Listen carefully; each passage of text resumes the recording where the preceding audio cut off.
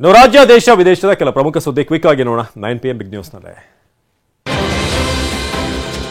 ಚನ್ನಪಟ್ಟಣ ಕ್ಷೇತ್ರದ ಅಭ್ಯರ್ಥಿ ಆಯ್ಕೆ ವಿಚಾರದಲ್ಲಿ ಗೊಂದಲ ಇಲ್ಲ ಅಂತ ಕೇಂದ್ರ ಸಚಿವ ಪ್ರಹ್ಲಾದ್ ಜೋಶಿ ಹೇಳಿದ್ದಾರೆ. ಎಚ್ಡಿಕೆ ಕೂಡ ಚುನಾವಣೆ ವಿಚಾರದಲ್ಲಿ ಮುಕ್ತವಾಗಿದ್ದಾರೆ. ಇನ್ನು ಬಿಜೆಪಿ ಜೆಡಿಎಸ್ ಒಟ್ಟಾಗಿ ಉಪಚುನಾವಣೆಯನ್ನ ಫೇಸ್ ಮಾಡ್ತೀವಿ ಅಂತ ಹೇಳಿದ್ದಾರೆ. ಮಲಯಾಳಂ ಸಿನಿಮಾ ರಂಗದಲ್ಲಿ ಬಿರುಗಾಳಿ ಎಬ್ಬಿಸಿರುವಂತಹ ಲೈಂಗಿಕ ದೌರ್ಜನ್ಯ ಆರೋಪದ ಬಗ್ಗೆ ನಟ ಮೋಹನ್ ಲಾಲ್ ಮೌನ ಮುದ್ದಿದ್ದಾರೆ. ಮೀಟೂವಿನಲ್ಲಿ ಪ್ರತಿಯೊಬ್ಬರನ್ನು ಕೂಡ ದೂಷಿಸುವುದು ಸರಿಯಲ್ಲ, ತಪ್ಪಿತಸ್ಥರಿಗೆ ಶಿಕ್ಷೆ ಆಗಬೇಕು. ನಟಿಯರ ಮೇಲಿನ ಲೈಂಗಿಕ ದೌರ್ಜನ್ಯವನ್ನು ನಾನು ಸಮರ್ಥನೆ ಮಾಡೋದಿಲ್ಲ, ಹಾಗಂತ ಮಲಯಾಳಂ ಕಲಾವಿದರ ಸಂಘವನ್ನೇ ದೂಷಣೆ ಮಾಡೋದು ಸರಿಯಲ್ಲ ಅಂತ ಹೇಳಿದ್ದಾರೆ. ಹೇಮಾ ಸಮಿತಿ ವರದಿಯ ತನಿಖೆಗೆ ಸಹಕಾರ ನೀಡುವುದಾಗಿ ಘೋಷಣೆ ಮಾಡಿದ್ದಾರೆ. ಮಹಿಳೆಯರ ಮೇಲಿನ ದೌರ್ಜನ್ಯ ಗಂಭೀರ ವಿಚಾರ ಅಂತ ಪ್ರಧಾನಿ ಮೋದಿ ಕಳವಳ ವ್ಯಕ್ತಪಡಿಸಿದ್ದಾರೆ. ಮಹಿಳೆಯರ ಸುರಕ್ಷತೆ ಒದಗಿಸುವಂತಹ ದೃಷ್ಟಿಯಿಂದ ಅಪರಾಧ ಪ್ರಕರಣಗಳ ತೀರ್ಪು ತ್ವರಿತಗೊಳಿಸುವ ಅಗತ್ಯ ಇದೆ.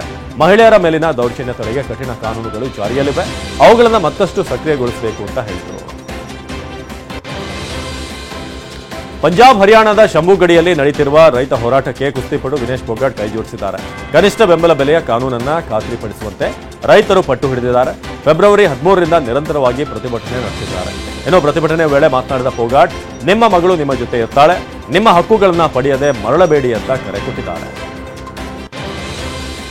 ಪತಾಂಜಲಿ ಸಸ್ಯಾಹಾರ ಉತ್ಪನ್ನದಲ್ಲಿ ಮೀನಿನ ಸಾರವಿರುವಂತಹ ಆರೋಪ ಕೇಳಿಬಂದಿದೆ. ಈ ಸಂಬಂಧ ಬಾಬಾ ರಾಮದೇವ್ ಹಾಗೂ ಕೇಂದ್ರ ಸರ್ಕಾರಕ್ಕೆ ದೆಹಲಿ ಹೈಕೋರ್ಟ್ ನೋಟಿಸ್ ಜಾರಿ ಮಾಡಿದೆ. ಗಿಡಮೂಲಿಕೆ ದಿವ್ಯ ಮಂಚನ್ನಲ್ಲಿ ಮೀನಿನ ಸಾರವಿದೆ ಎಂದು ವಕೀಲ ಅರ್ಪಿತ್ ಶರ್ಮಾ ದೆಹಲಿ ಹೈಕೋರ್ಟ್ ಮೊರೆ ಹೋಗಿದ್ರು.